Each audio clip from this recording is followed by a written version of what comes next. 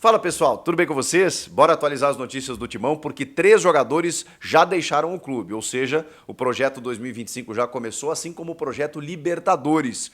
E eu vou te falar o porquê disso. Igor Coronado, afinal de contas, fica ou sai? Tem um assédio do São Paulo aí. Chega mais, eu sou o Chico Garcia, inscreva-se no canal e vamos juntos.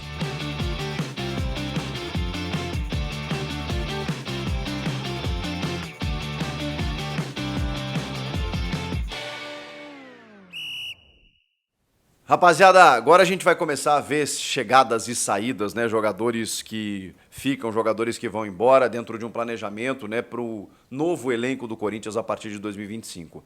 A ideia do Fabinho Soldado é manutenção e já tá bom demais, né? De tudo que o Corinthians investiu na temporada passada, nas 2 janelas, especialmente a segunda, né, com ótimos reforços, mas claro, a primeira teve o Rodrigo Garro, por exemplo, né, entre outros tantos jogadores, a ideia é não perder ninguém. E a gente sabe que as propostas podem chegar para o Yuri Alberto, se fala muito, para o Breno Bidon, que é uma joia da base, que terminou o ano como titular. Mas, enfim, o elenco ele foi muito bem montado, o elenco está fechado, o elenco está encaixado, o resultado está aparecendo. A gente vê pelos relatos, né? Já trouxe informações, vídeos e já conversei com atletas aqui. Os caras estão assim, ó, num fechamento que é raro acontecer. Então, assim, quando você encontra esse nível de atuação, nível de ambiente, cara, é muito difícil o time não bater campeão, né? Porque em algum momento isso vai acontecer, desde que você mantenha esse foco, esse trabalho, esse ambiente. É claro, né, só ganha um no futebol brasileiro, né, ou sul-americano, né, você vai ter que competir com grandes forças aí do cenário do continente, com muito investimento, mas o Corinthians me parece pronto para isso.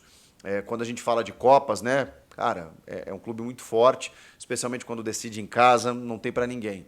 Não à toa, mesmo na dificuldade, nessa temporada, brigando para não cair, com um elenco que ainda não tinha se reforçado e estava avançando nas Copas, derrubando todo mundo que vinha pela frente. Aí quando chegou no final, claro, né, o desgaste da temporada, o time não saindo da zona do rebaixamento, não conseguiu se sustentar, e aí depois, quando se voltou para o Brasileiro, a gente viu o que aconteceu.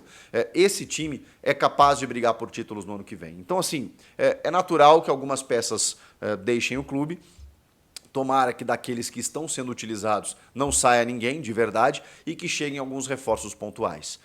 Bom, eu queria falar sobre 3 saídas já confirmadas e que elas não afetam diretamente assim o elenco do time, né? E, na verdade, até já eram esperadas. Como do zagueiro Caetano, por exemplo, né? O Caetano, ele até recebeu algumas oportunidades esse ano. Eu esperava mais. O Caetano, quando ele volta, no ano passado ainda, quando ele retorna de empréstimo, eu imaginei, até por ser canhoto, né? O Corinthians estava numa leva de bons zagueiros, né? Murilo, João Vitor.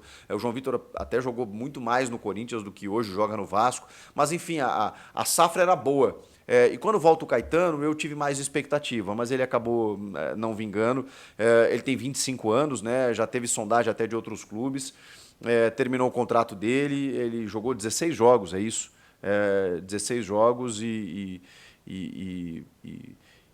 enfim, e com isso acabou encerrando o seu contrato. O Juan Oliveira, que é uma pena, né? O Juan é um meia que teve muitas lesões, seguidas lesões, passou praticamente o ano inteiro de fora mais uma vez, com mais uma lesão no joelho, e não faz mais parte dos planos, né? Ele tem 24 anos e já foi liberado para procurar outro clube.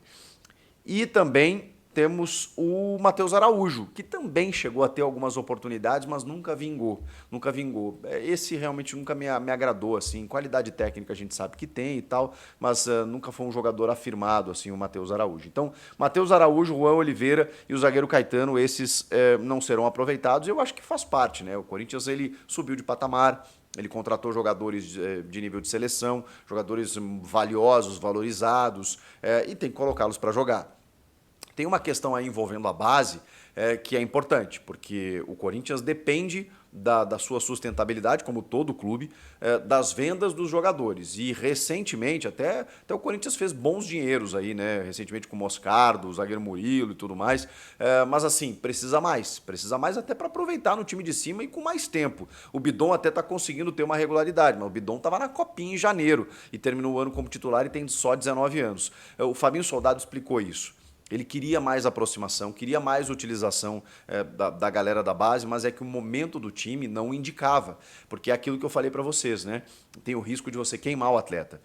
Você precisa revelar, mas se você revela na dificuldade, ok, você revela um fora da curva, ele vai lá e até resolve o teu problema. Agora, quando você está no sufoco e começa a botar garotos, a tendência é eles sucumbirem, né, à pressão e não desenvolver o melhor da sua qualidade técnica e muitas vezes até você não consegue fazer uma boa venda. Então o momento do time, ele favorece tudo isso. Então essa aproximação, segundo o Fabinho, uma promessa, será maior em 2025, até porque o calendário estará mais apertado.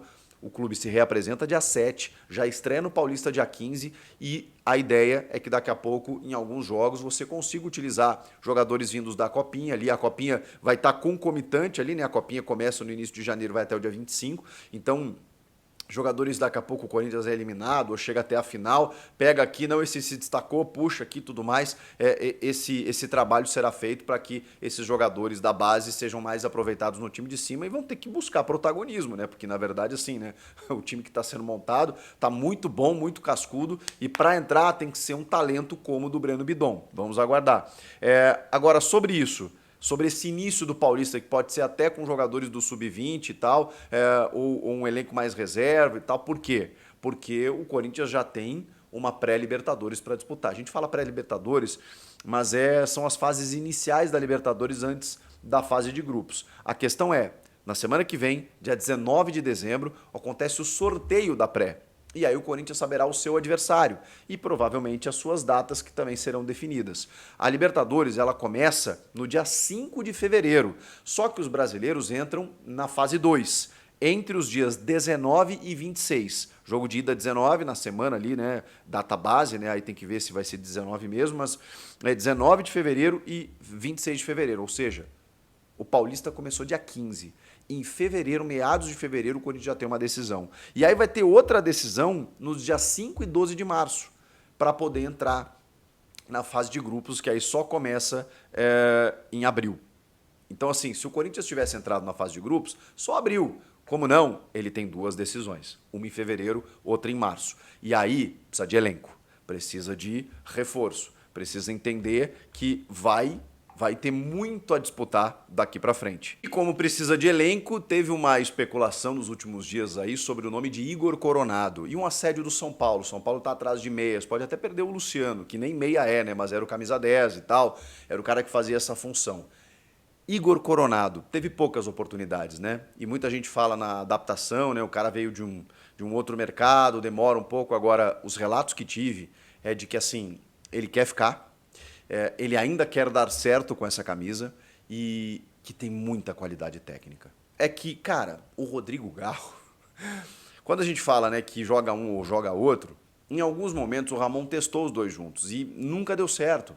Especialmente quando o Ramon testou nos jogos decisivos, né? Você perde muito poder de marcação, né? Então você tem que priorizar aquilo que é o melhor deles. E numa temporada que promete ser muito competitiva, de muitos jogos, cara, você precisa ter uma reposição ao Garro. Porque se o Coronado sai hoje, a gente vai estar falando aqui, cara, eu tenho certeza que eu vou fazer vídeos aqui na sequência dizendo assim, poxa, o Corinthians precisa buscar um reserva pro Garro, porque quando o Garro não jogar, o Corinthians depende do Garro, mas se o Garro não estiver em campo, e aí, quem é que vai fazer aquela função? E aí você tem um cara do nível do Coronado em campo. Ah, ele custa muito e tal para ser reserva, mas ele é o cara que pode entrar no jogo e resolver o jogo. E decidir o jogo. Na reta final, ele foi menos decisivo do que chegou a ser em determinado momento, né? Na Sul-Americana contra o Fortaleza, por exemplo, ele decidiu os dois jogos.